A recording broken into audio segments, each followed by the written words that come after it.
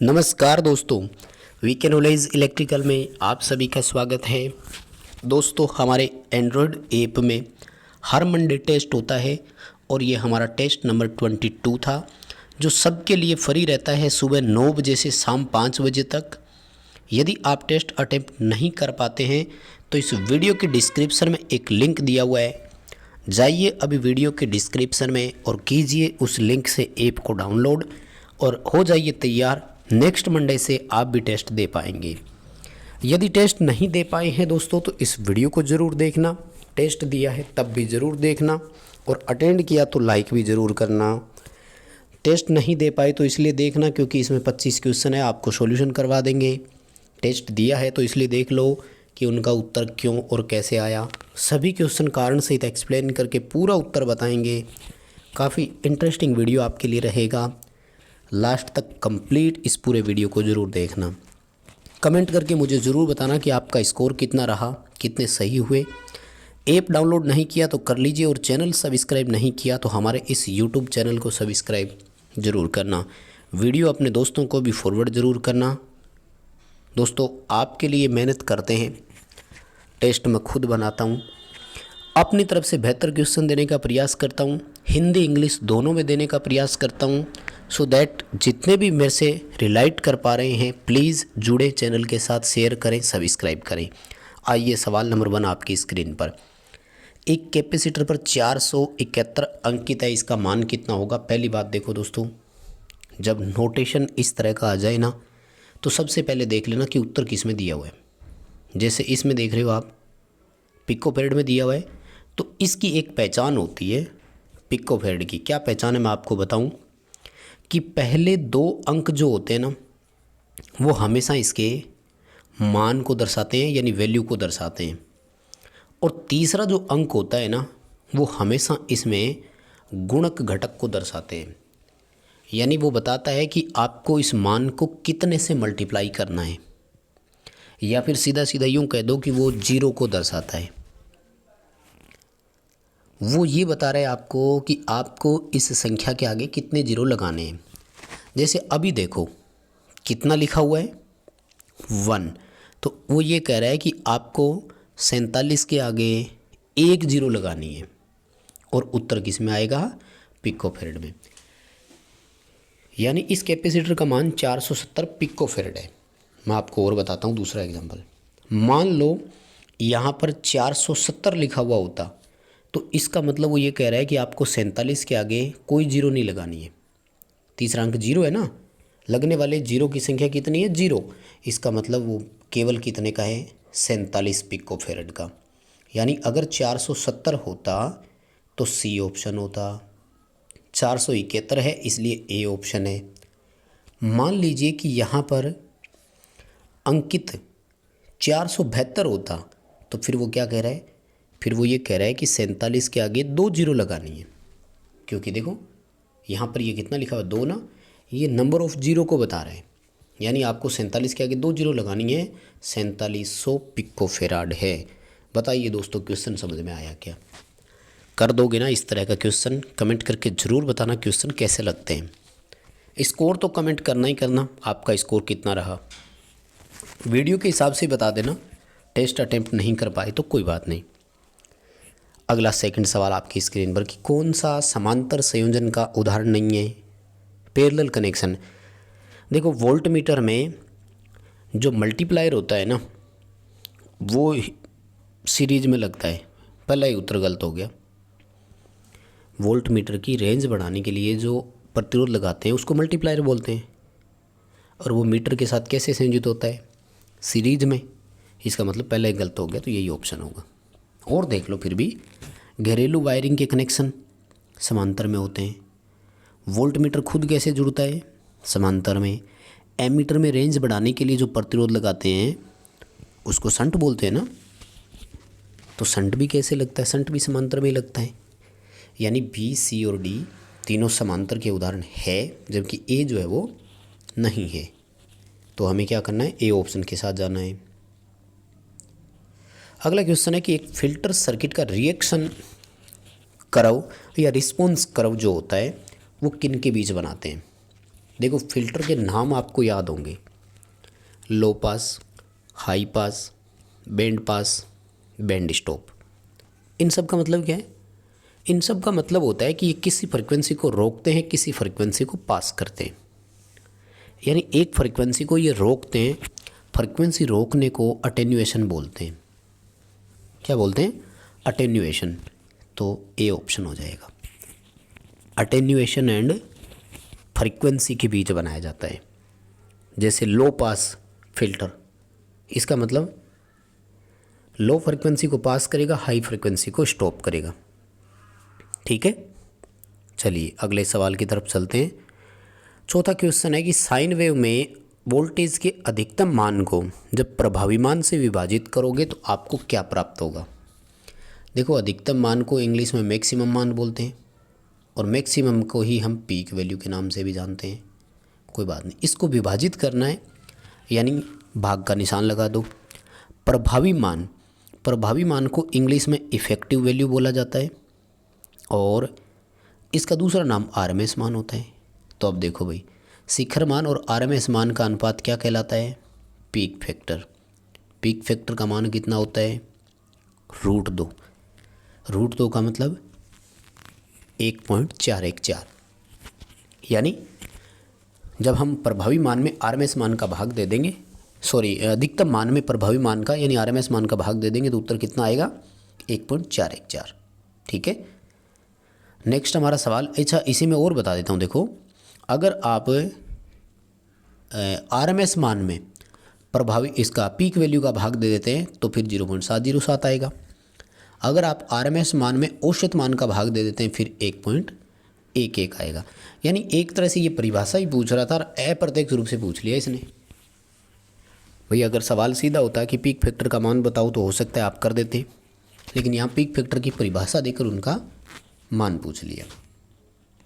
अगला क्वेश्चन देखो, एक समान रेटिंग पर नो लोड के समय इंडक्शन मोटर की तुलना में ट्रांसफार्मर की धारा। देखो भाई, मैंने कई बार बताया लेकिन एक बार फिर बता रहा हूँ। पहले तो 2 क्वेश्चन यहीं से सीखने को मिलेंगे, फिर तीसरा क्वेश्चन का जो आंसर है वो सीखने को मिलेगा। ठीक है ना? नो लोड पर इंडक्शन मोटर की जो धारा होती है ना, वो अपनी फुल लोड करंट की 30 से 40% होती है।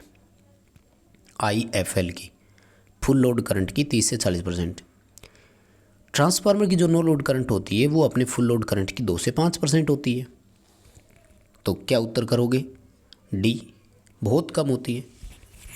इंडक्शन मोटर की अपेक्षा ट्रांसफार्मर की नो लोड करंट पूछा है तो ट्रांसफार्मर की 2 से 5% है तो बहुत कम हो गई ना। डी उत्तर सही होगा। दोनों की याद रखना, मैं अगले टेस्ट में पूछ लूँगा आपसे कि इंडक्शन मोटर और ट्रांसफार्मर की नो लोड करंट का मान कितना कितना होता है। अगला क्वेश्चन, डीसी ड्राइव में चॉपर का काम क्या होता है? कई बार बताया मैंने आपको, ये क्वेश्चन दो। चॉपर एक परिपथ होता है जो आजकल इलेक्ट्रॉनिक सर्किट में काम में लिया जाता है। ठीक है ना? और इसका काम होता है जो डीसी होती है ना उसके मान को बदलना। ये डीसी को स्टेप अप स्टेप डाउन करता है। नियत डीसी को परिवर्तित डीसी में बदलना इसका काम होता है। ठीक है, जो कांस्टेंट फ्रीक्वेंसी को वेरिएबल फ्रीक्वेंसी में बदलता है ना, उसको वैसे हम VFD यानी वेरिएबल फ्रीक्वेंसी ड्राइव या AFD भी बोलते हैं, एडजस्टेबल फ्रीक्वेंसी ड्राइव। और इसका वैसे पूरा जो टेक्निकल नाम होता है वो होता है साइक्लो कन्वर्टर। क्या होता है? Cyclo converter. और पल्सेटिंग डीसी को शुद्ध डीसी में करता है तो उसका नाम है फिल्टर सर्किट। और AC को DC में करने वाले का नाम है रेक्टिफायर। बताओ भाई, बात समझ में आई क्या? एक ही क्वेश्चन में 4 क्वेश्चन सीखने को मिले कि नहीं मिले? परमिटिविटी की इकाई पूछा है। परमिटिविटी को विद्युतशीलता बोलते हैं, फैराड प्रति मीटर में होती है। हेनरी प्रति मीटर जो है ये परमेबिलिटी की इकाई होती है। ठीक है, अगला क्वेश्चन है, सप्लाई से संयोजित कैपेसिटर की धारिता C से 2C हो जाती है, यानी दोगुनी हो गई, तो उसका प्रतिघात वही रहना चाहिए। इसके लिए फ्रीक्वेंसी को क्या होना चाहिए? देखो भाई, कैपेसिटिव रिएक्टेंस और फ्रीक्वेंसी एक दूसरे के व्युत्क्रमानुपाती है। देखो, धारिता अगर बड़ी है ना, धारिता अगर बढ़ जाती है तो प्रतिघात वही रहना चाहिए। ठीक है ना? तो उसके लिए जो फ्रीक्वेंसी है हमारी क्या हो जानी चाहिए? क्या हो जानी चाहिए, आधी हो जानी चाहिए। ये उत्तर आएगा 0.5 हो जानी चाहिए फ्रीक्वेंसी। कैसे, दोबारा बताता हूँ भाई। देखो XC बराबर 1/2πfc होता है। ये C जो है ये 2C हो गया, तो फिर ये 1/2 हो जाएगी, तो बात बराबर ही रहेगी ना, इस मान में कोई परिवर्तन नहीं आएगा। ए ऑप्शन आपका यहाँ पर बिल्कुल सही रहेगा। नेक्स्ट हमारा क्वेश्चन है दोस्तों कि 1 सेकंड के लिए 1 एम्पियर प्रवाहित धारा को क्या कहते हैं। देखो भाई, समय और करंट दोनों का मान दिया है हमें, और हम सभी जानते हैं कि Q बराबर I/T होता है। 1 एम्पियर की धारा अगर 1 सेकंड समय तक चलती है तो ये 1 कूलम आवेश के बराबर होता है। बी उत्तर सही होगा। 1 एम्पियर धारा 1 ओम प्रतिरोध में से अगर प्रवाहित हो जाए तो वो 1 वोल्ट के बराबर है, और अगर यूं कहें कि 1 वोल्ट 1 एम्पियर की धारा प्रवाहित करवाता है तो वो 1 वाट के बराबर होता। नेक्स्ट हमारा क्वेश्चन है कि ओम के नियम के लिए क्या शर्त है। देखो दोस्तों, ओम का नियम ये कहता है कि उत्पन्न विभवांतर प्रवाहित धारा के समानुपाती होता है, लेकिन इसके लिए एक शर्त ये थी कि तापमान जो है वो कांस्टेंट होना चाहिए। अगर टेम्परेचर नियत है ना, तभी वोल्टेज धारा के साथ समान अनुपात में यानी विभव में अंतर आएगा, अदरवाइज डिफरेंस नहीं आएगा, समानुपाती नहीं रहेगा, ये कोई ज़रूरी नहीं है। यानी जिस इक्विपमेंट पर आप प्रैक्टिकल करना चाहते हैं आपको उसका टेम्परेचर कांस्टेंट रखना होगा, नहीं तो उस इक्विपमेंट में क्या होगा कि या तो वो NTC है या PTC है, किसी एक के कारण उसका प्रतिरोध बदल जाएगा। और ओम ने यही तो कहा था कि बंद परिपथ में वोल्टेज और धारा का अनुपात यानी प्रतिरोध हमेशा नियत रहता है। अगला जो हमारा क्वेश्चन है वो कहता है कि धारा नियंत्रित करने के लिए चोक का उपयोग कहाँ किया जाता है। दोस्तों, चोक करंट को कंट्रोल केवल AC में ही कर सकती है, DC में नहीं। अगर हमें DC में करंट को कंट्रोल करना है तो हमें इसके लिए रेजिस्टर यानी प्रतिरोधक लगाना होगा। क्लास A एम्पलीफायर का मुख्य लाभ क्या है। देखो दोस्तों, क्लास A एम्पलीफायर की जो एफिशिएंसी होती है ना वो कम होती है, और एम्पलीफायरों की एक बड़ी विशेषता है कि जिनकी दक्षता कम है उनमें डिस्टॉर्शन भी कम होता है, यानी विकृति भी कम होती है, आउटपुट में कोई विरूपण नहीं आता है, कोई चेंजेस नहीं आते हैं। दक्षता जिसकी अधिक होती है उसमें अधिक विरूपण भी है। तो क्लास A एम्पलीफायर का ये फ़ायदा हो जाता है कि उसमें विकृति कम होती है। अगला सवाल, वोल्टेज और एम्पियर आवर की गणना करो। 4 सेल है, समांतर में जुड़े हैं, 1.5 वोल्ट है, 8 एम्पियर आवर उनकी रेटिंग है। 2 बातें हैं। पहली बात, समांतर में वोल्टेज नहीं बदलता है, हम सब जानते हैं। वोल्टेज 1 सेल के बराबर ही रहेगा ना, यानी टोटल वोल्टेज कितनी आएगी, 1.5 वोल्ट। आप यदि ध्यान से देखें तो 1.5 वोल्ट का ऑप्शन ही एक ही है, इसका मतलब आपका डी उत्तर होगा, कन्फर्म ही हो गया, करने की ज़रूरत नहीं है। फिर भी देख लो, धारा रेटिंग जो है वो बढ़ जाती है। 4 सेल समांतर में है तो धारा रेटिंग 4 गुना हो जाएगी, 32 एम्पियर आवर आएगा, जो कि डी ऑप्शन पूरा सूटेबल है। अगर ये सीरीज़ में होता ना तब वोल्टेज तो बढ़ जाती, 6 वोल्ट होता, और एम्पियर आवर में परिवर्तन नहीं होता। अगर चारों सेल सीरीज़ में होते ना तब अपना उत्तर 6 वोल्ट और 8 एम्पियर आवर होता, जो कि कहीं भी ऑप्शन में है ही नहीं। ठीक है, याद जरूर रखना। क्वेश्चन आपको इजी लग रहा होगा लेकिन अच्छा क्वेश्चन है, आ सकता है पेपरों में। परमाणु रिएक्टर में कंट्रोल रोड किसकी होती है भाई, या तो कैडमियम की होती है या बोरोन होता है, ध्यान रखना। ठीक है, कंट्रोल रोड जो होती है कैडमियम या बोरोन होता है। अगला क्वेश्चन है, सीरीज में जो उच्च प्रतिरोध के साथ एक गैल्वेनोमीटर क्या हो सकता है, यानी गैल्वेनोमीटर है और उसके सीरीज में हाई रेजिस्टेंस लगा हुआ है। देखो, गैल्वेनोमीटर करंट डिटेक्ट करने के काम आता है, लेकिन अगर एक गैल्वेनोमीटर में सीरीज में हाई रेजिस्टेंस लगा देंगे तो वो वोल्टमीटर की तरह काम करेगा। अगर समांतर में कम मान का प्रतिरोध लगा दोगे तो वो एज ए एमीटर काम करेगा। अगला हमारा सवाल है कि किसी चालक का प्रारंभिक प्रतिरोध 10 ओम है, मतलब शुरुआत में था, फिर हमने उसका व्यास और लंबाई दोनों दोगुने कर दिए। बताओ अब प्रतिरोध कितना होगा। पहले देखो, लंबाई के समानुपाती है, लंबाई 2 गुना करने से 2 गुना हो जाएगा यानी 20 ओम हो जाएगा। लेकिन हम सब जानते हैं कि कटाक्ष क्षेत्रफल के तो व्युत्क्रमानुपाती है। दोस्तों डायामीटर 2 गुना करने से एरिया 4 गुना होता है, और जब एरिया 4 गुना होगा तो रेजिस्टेंस 1/4 होगा, यानी पहले 20 ओम था, 20 का 4 बोलें तो 5 ओम होगा। ओवरऑल नुकसान ही हुआ है, घटेगा प्रतिरोध। ठीक है, डी उत्तर आएगा, 5 ओम होगा। अगला सवाल, किसी स्टेपर मोटर का स्टेप का जो एंगल हो है वो 45 डिग्री का है। स्टेप एंगल का मतलब होती है ऐसे रुक रुक के मोटर जो है वो गति करती है, तो एक स्टेप जब लेती है तो वो एक स्टेप 45 डिग्री आगे बढ़ाती है। देखो रिजोल्यूशन का मतलब होता है कि एक जो पूरा चक्कर होता है ना वो कितने स्टेप में इसने कंप्लीट किया, और जो कंप्लीट चक्कर होता है ना वो 360 डिग्री का होता है, हम सब जानते हैं। सीधी सी बात है, एक बार में 45 डिग्री आगे खिसकता है तो 360 डिग्री कितनी बार में कवर कर जाएगा? तो दोस्तों इसका जो आंसर आएगा वो आएगा 8। कैलकुलेशन करके आप भी मिलान जरूर कर लेना। करना क्या है दोबारा बता देता हूँ मैं। रिजोल्यूशन का मतलब वो ये पूछ रहा है कि 360 डिग्री का जो पूरा चक्कर है वो कितनी स्टेप में इसने कंप्लीट किया होगा, और एक स्टेप जब आगे बढ़ती है तो 45 डिग्री कवर करती है, इसलिए टोटल 360 में 45 का भाग दे दो, उत्तर आ जाएगा।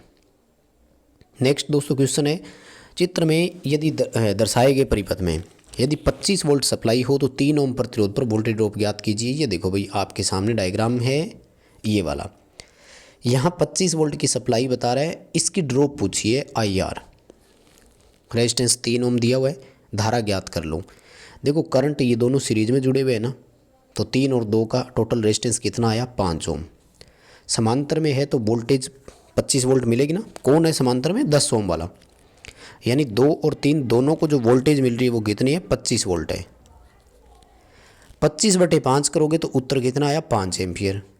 2 ओम वाले में भी 5 एम्पियर धारा चलेगी, 3 ओम वाले में भी 5 एम्पियर धारा चलेगी, तो 5 × 3 करोगे उत्तर कितना आएगा? 15 वोल्ट। ठीक है, और यहाँ 2 ओम वाले का अगर पूछ लेता तो कितना है? 10 वोल्ट। अभी अपना यहाँ पर बी उत्तर सही हो जाएगा, 15 वोल्ट इसका उत्तर कर देंगे। ठीक है, ध्यान रखना सभी के सारे ऑप्शन पेपर में कोई भी पूछ सकता है आपसे किसी भी तरह का। डायग्राम देख लिया, कैलकुलेशन करके मिलान जरूर करना। इस डायग्राम में तो बहुत अच्छे क्वेश्चन बनते हैं, वो कुछ भी पूछ सकता है आपसे। अगला सवाल दोस्तों ये है कि एक ट्रांजिस्टर जब कट ऑफ क्षेत्र में प्रचालित होता है तो किसकी भांति काम करता है? देखो कट ऑफ क्षेत्र में जब काम करता है ना तो इसके दोनों जंक्शन रिवर्स में होते हैं, और दोनों जंक्शन जब रिवर्स में हो तो ओपन स्विच की भांति काम करेगा। जब सैचुरेशन मोड में हो ना तो दोनों जंक्शन इसके फॉरवर्ड में होता है, और फॉरवर्ड में ये एक क्लोज स्विच की भांति कार्य करता है। दोनों याद रखना, सैचुरेशन पॉइंट वाला भी पेपर में आ सकता है। अगला देखो, किस पावर प्लांट की ऑपरेशन कॉस्ट सबसे कम है, यानी प्रचालन के समय कोई लागत नहीं आती हो। देखो थर्मल में कोयला जलता है, बहुत लागत आती है। न्यूक्लियर में परमाणु फोड़ते हैं भैया, बहुत लागत आती है। गैस वाले में गैस जलती है, लेकिन सोलर में कुछ नहीं लगता। ठीक है ना। वैसे ही ध्यान रखो, ये जो अपने सोलर, विंड, हाइडल, ये जितने भी है ना, इन सब में फिर अपने कोई लागत नहीं आती है, प्रचालन लागत इनकी बहुत कम होती है। और अगला जो हमारा सवाल दोस्तों वो है, हाँ ये काफ़ी अच्छा क्वेश्चन है भाई। ये कह रहा है कि किसी एक उप परिपथ के दोष युक्त हो जाने पर संपूर्ण घर को अंधेरे से बचाने हेतु कम से कम कितने प्रकाश उप परिपथ होने चाहिए? ध्यान से सुनना, यहाँ पर उप परिपथों की संख्या पूछ रहा है, ना कि कंज्यूमिंग पॉइंट की संख्या। उपभोग बिंदुओं की संख्या नहीं पूछ रहा है, परिपथों की संख्या पूछ रहा है। तो ये कहता है कि लाइटिंग के लिए जैसे एक में ट्यूबलाइट जल रही है ना, तो फिर CFL अगर आप लगा रहे हो तो CFL को लाइट दूसरे सर्किट से आनी चाहिए, ताकि ट्यूबलाइट वाले सर्किट में कोई फॉल्ट आए तो CFL वाला चलता रहे। अगर आपने उसी सर्किट से ट्यूबलाइट, उसी सर्किट से CFL दिया है, मान लो वो सर्किट ट्रिप हो गया तो ट्यूबलाइट भी बंद होगी, CFL भी बंद होगी, पूरा अंधेरा हो गया। तो 2 परिपथ होने चाहिए, मतलब दोनों अलग अलग हो, 2 होने चाहिए। एक ट्रिप हो गया तो दूसरा चल रहा है हमारा, दोनों में से किसी एक लाइट को यूज कर सकते हैं हम। अगला हमारा सवाल है कि एक प्रतिदीप्ति लैंप में निम्न में से कौन सी गैस भरी जाती है? फ्लोरेसेंट लैंप होता है ना, तो फ्लोरेसेंट लैंप में जो गैस भरी जाती है दोस्तों उसका नाम है मरकरी और नियोन। मरकरी की तो वेपर होती है, वेपर यानी वाष्प, और साथ में इसके नियॉन गैस भरी जाती है। सी उत्तर आपका यहाँ पर सही रहेगा। अगला सवाल, वोल्टेज बिल्डअप करने के लिए अवशिष्ट चुंबकत्व किस में होना जरूरी है? देखो वोल्टेज बनाता कौन है? जनरेटर। जनरेटर के ऑप्शन कौन है? 2। इसका मतलब ए और बी तो हो ही नहीं सकता। सेपरेटली एक्साइटेड में ज़रूरत नहीं है, शंट सीरीज और कंपाउंड में ज़रूरत होती है। सिंपल सा क्वेश्चन है ना, सी उत्तर होगा। आप सभी जानते भी है, आराम से कर देंगे। आगे दोस्तों सवाल पूछा है कि परिपथ की कुल धारा बताइए। एक सर्किट डायग्राम दिया हुआ है, मैं आपको दिखा भी दूँ, साथ में डाटा बता भी देता हूँ ताकि पूरा दिखाई नहीं दे तो भी अपन कर सकें। देखो 200 वोल्ट की सप्लाई है, समांतर में 3 प्रतिरोध लगे हुए हैं, 100 ओम, 20 ओम, 25 ओम। या तो कुल प्रतिरोध निकाल लो और फिर धारा निकाल देना, या फिर तीनों की अलग अलग करंट निकाल लो फिर उनको जोड़ लेना। तो मेरे हिसाब से अलग अलग करंट सही रहेगा। I बराबर V/R वाला। 200/100 पहले की करंट आई 2 एम्पियर, फिर 200/20 दूसरे की करंट आई 10 एम्पियर, फिर 200/25 तीसरे की करंट आई 8 एम्पियर। तीनों को जोड़ लो, टोटल आंसर आएगा 20 एम्पियर। सी उत्तर अपना यहाँ पर सही हो जाएगा। चलिए दोस्तों, लास्ट क्वेश्चन अपने आज के इस टेस्ट का। वितरण प्रणाली में सब स्टेशन से डिस्ट्रीब्यूटर को जोड़ने वाली लाइन को क्या बोलते हैं? तो उसको फीडर बोला जाता है। सर्विस लाइन वो होती है जो डिस्ट्रीब्यूटर से उपभोक्ता को जोड़ता है, सर्विस मैन सॉरी। और सर्विस लाइन टोटल जितनी भी होती है वो सर्विस लाइन ही कहलाती है। डिस्ट्रीब्यूटर वो है जो उपभोक्ता को सप्लाई देता हो। ठीक है, अपने इस क्वेश्चन का आंसर डी रहेगा। तो चलिए दोस्तों, यही थे आज के 25 क्वेश्चन। आपका स्कोर कमेंट करके मुझे ज़रूर बताना। वीडियो लाइक करना, चैनल पर नए हो सब्सक्राइब ज़रूर करना। फेसबुक, व्हाट्सअप, जो भी सोशल मीडिया आप यूज़ करते हैं, अपने दोस्तों को इस वीडियो को शेयर ज़रूर करना। चैनल सब्सक्राइब करें और दोस्तों से भी करवाएं।